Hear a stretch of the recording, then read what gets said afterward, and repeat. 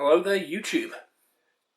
So, I want to talk about Booktube for a bit. Not just Booktube, but books in general.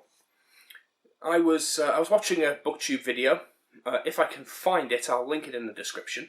I watch a lot of videos on multiple different channels, so I may well have got it lost in my history. But if I find it, I'll stick it below. On genre bias in Booktube and in books in general, like in the bookish community in general. And it got me thinking. Because of a conversation I had with one of the guys on Gilded, in fact. And that is, book genre bias is commonplace. And it seems to have multiple different levels to it. So I've got a bit of an itch. A cat was crawling all over me and I'm covered in cat hair at the moment. So I'm feeling quite itchy. Yeah. So, what was I saying? Yes, genre bias. There has always been a genre bias when it comes to books. The most obvious genre bias, I think, is the literary fiction snobs. That is the first one that always jumps out at me. The people who read classics and what they claim is literary fiction, which is usually just contemporary fiction with a pompous twist. It's just contemporary books they've decided are important. And the criteria for what makes them important is arbitrary fucking bullshit. It really is. These people have absolutely no standards. They make shit up. So, they'll claim that these classics and these supposed literary works are really important. Most of the time, they're pretentious as hell, and there's nothing special about them other than that they're pretentious and purposely exclusionary. Like, they are openly gatekeeping. They use as verbose a vocabulary as possible in order to exclude people who may have difficulty reading. They are as abstract as possible in order to make it difficult to read, and they revel in the difficulty as well. So, that annoys me. But that's not the only issue. That's amongst, like, literary snobs, but in academia, full stop. Literary fiction, which is, as far as I'm concerned, not a real genre, but literary fiction is held up as the only form of literature that's actually of any value. And I don't understand this. I have spent time in academia, and I know for a fact that there are professors, there are academic institutions where if you are studying literature, first of all, you will study only classics and only contemporary literary fiction. That's all you will study in a literature course. Now, I went out of my way to look this up across many different universities. I was specifically looking at British universities, but it's true in other countries as well. In fact, one of the things I might do is look up the specific syllabus for literature degrees across multiple different universities and show them to you on a video. I think that would make for an interesting video, just to show this bias. There is never any fantasy, never any sci-fi, never any horror, almost nothing that would be considered a thriller. There may be a mystery, but it'll be a specific kind of mystery. It'll be a classic, such as maybe one of Agatha Christie's or Arthur Conan Doyle's books. That's about as far as you'll get into what they call genre fiction, which is the most insulting term ever. It literally means fiction that is part of a genre, because they don't consider literary fiction to be a genre. They consider it to be special. Genres are down here. Lit fiction is up here. Literary fiction is literature, and that's important. Genre fiction is down here. Every genre is in it. So it doesn't matter if it's romance or fantasy or mystery or horror. It doesn't matter what it is. It's genre fiction. Genres are evil. Genres are pathetic and sad. You should be ashamed to enjoy a genre. Genre just means category. That's all genre means. It means category. So literary fiction would be another category. It would be another fucking genre, you pretentious cunts. So, just getting that out there. But, yeah. That annoys me. It really does annoy me.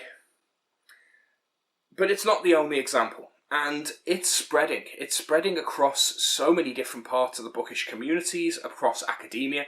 Now, in academia, like I say, all of these different professors, they will consider anything that's genre fiction to be not real literature.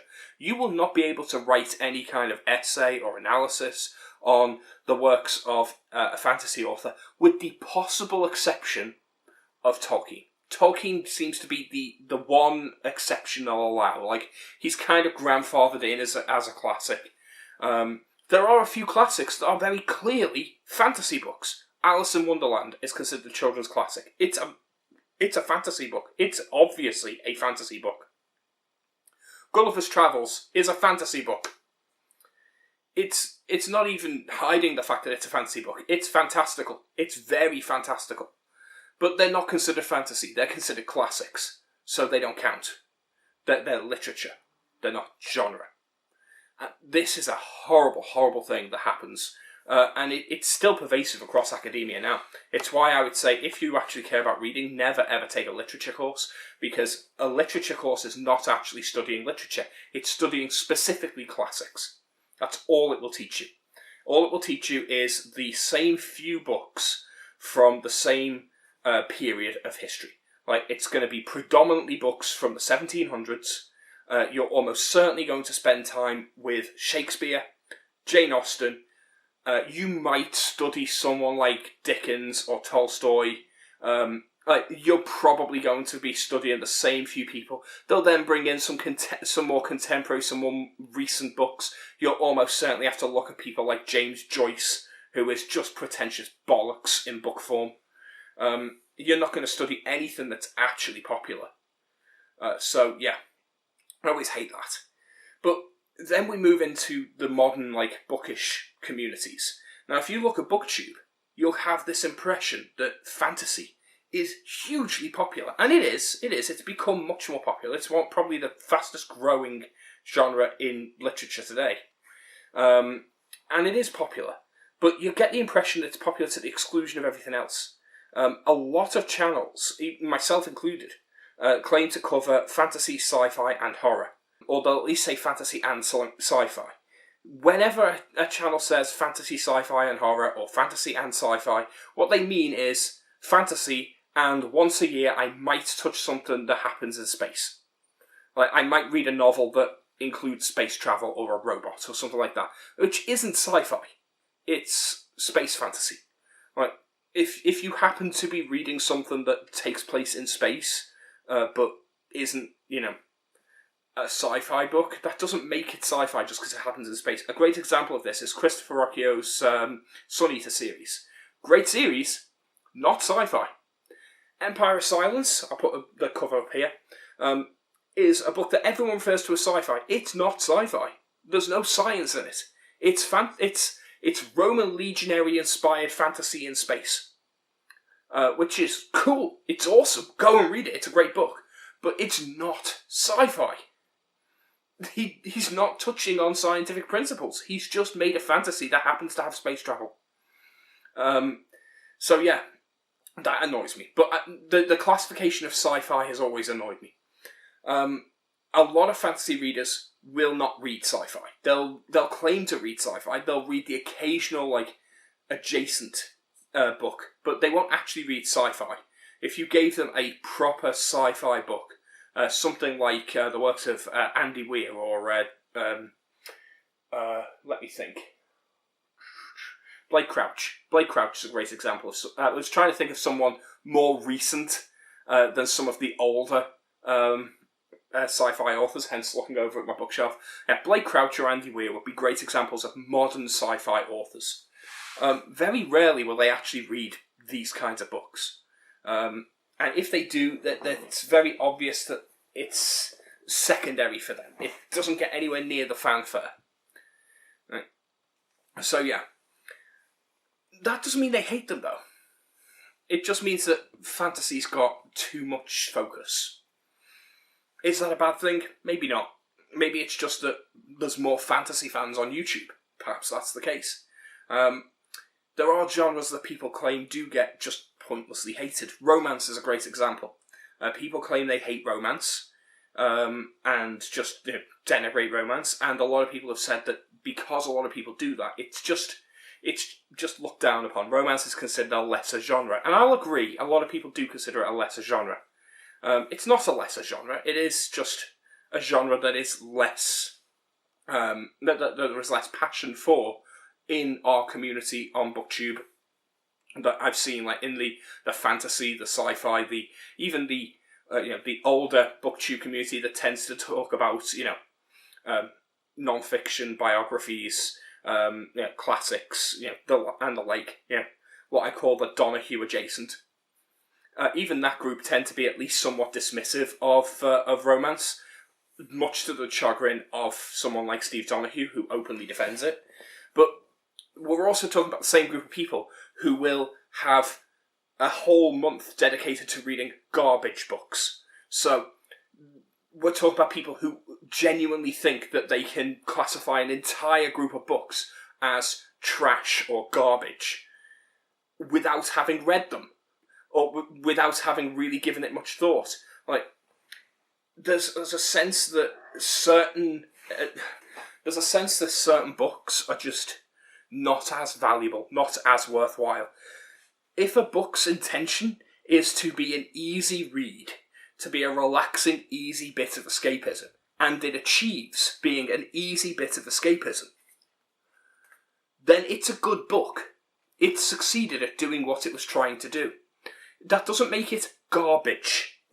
There are garbage books, there are trash books, right? But trashy, like saying, oh, I'm reading a trashy book. If you're enjoying it, it can't be trash. Trash by its very nature is not worthwhile. It is worthless.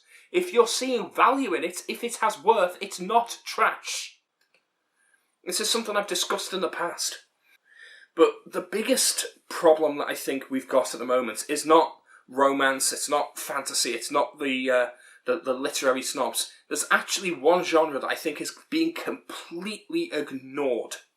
It's not covered in academia, it's not covered by the literary fiction snobs, it's not covered by fantasy booktube, it's not covered by the YA romance readers on BookTok, it's not covered by anyone that I see, it's barely even getting a register on Goodreads. Like, these books are completely ignored. And they are some of the best-selling books ever. And what I'm talking about is contemporary thrillers. Contemporary thrillers are openly mocked by bookish fans. If you say that you read the likes of Dan Brown or James Patterson, you will get constantly mocked.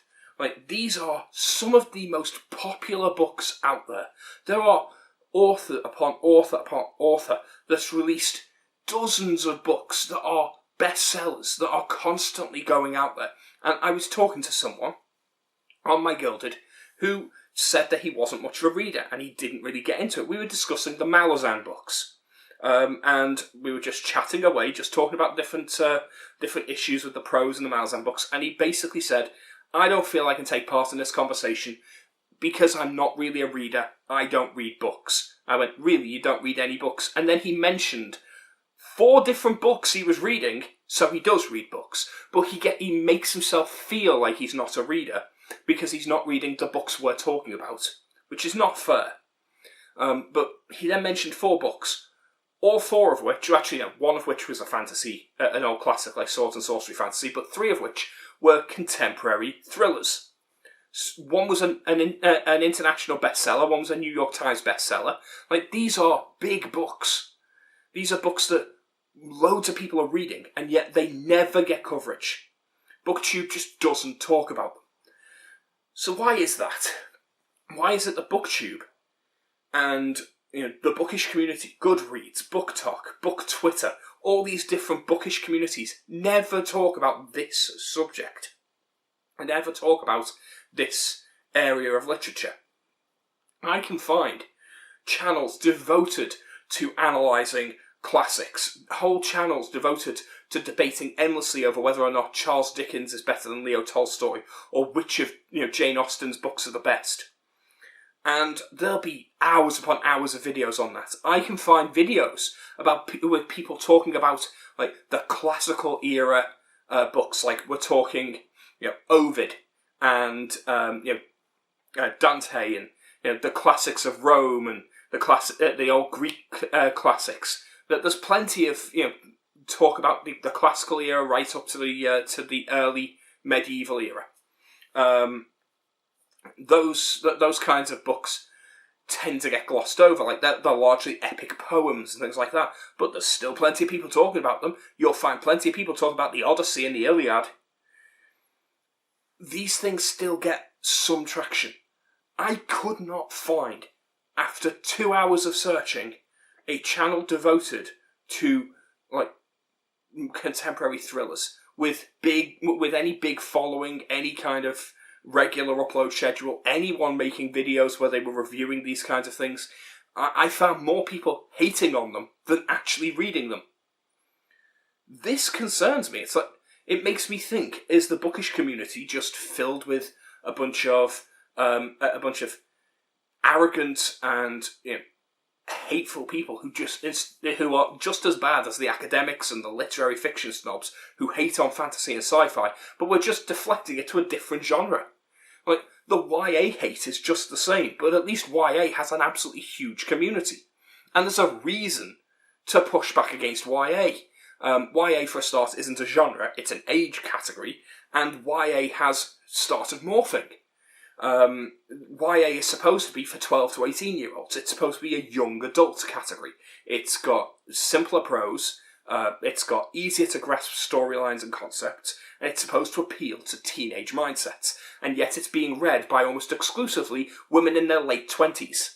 And then the people who write them, because it seems to be being read almost exclusively by women in their late 20s, are now inserting all of this weird over-the-top sex into it. That's not normal, and that's not right. And I have no issue with you having paranormal romance books if you're in your late 20s and that's what you want to read.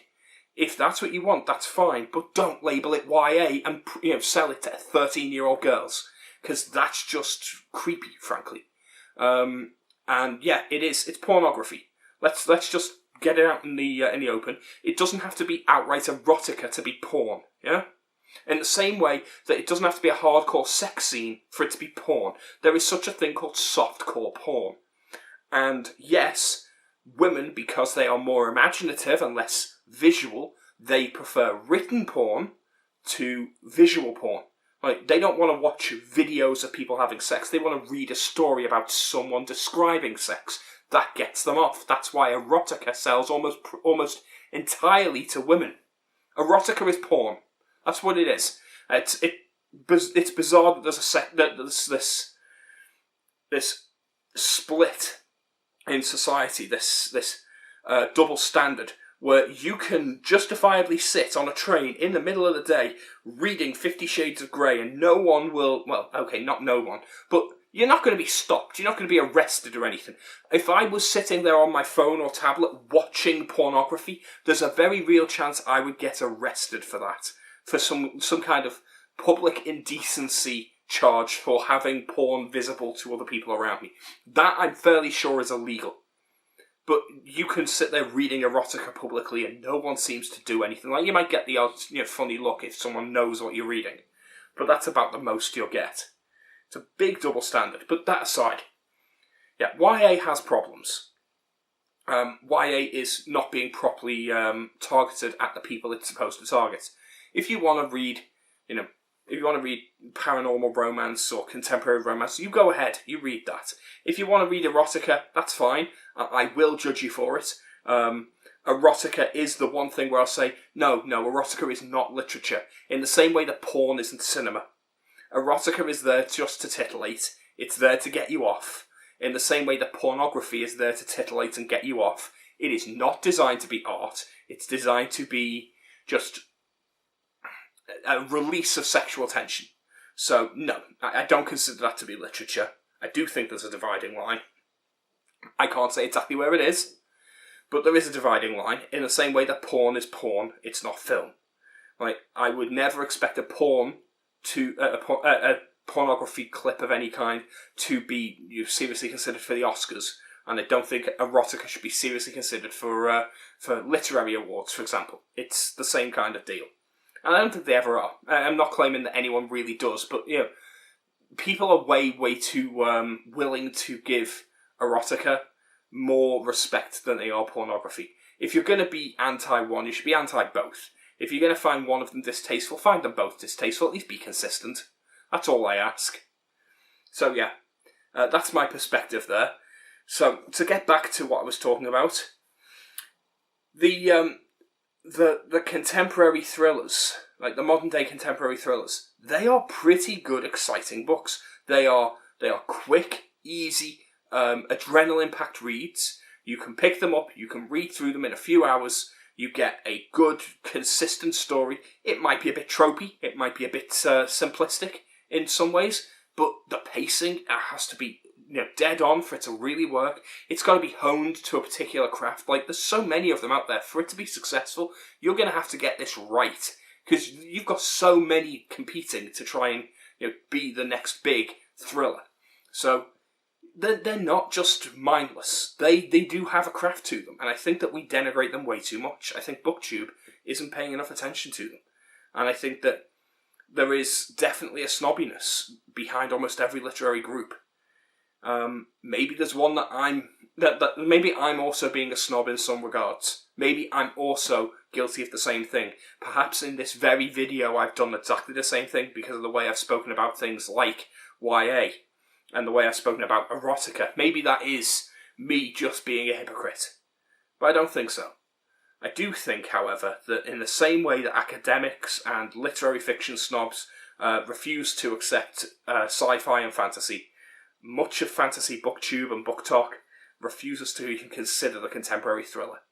And given they are the best-selling books of our time, I find that really, really weird.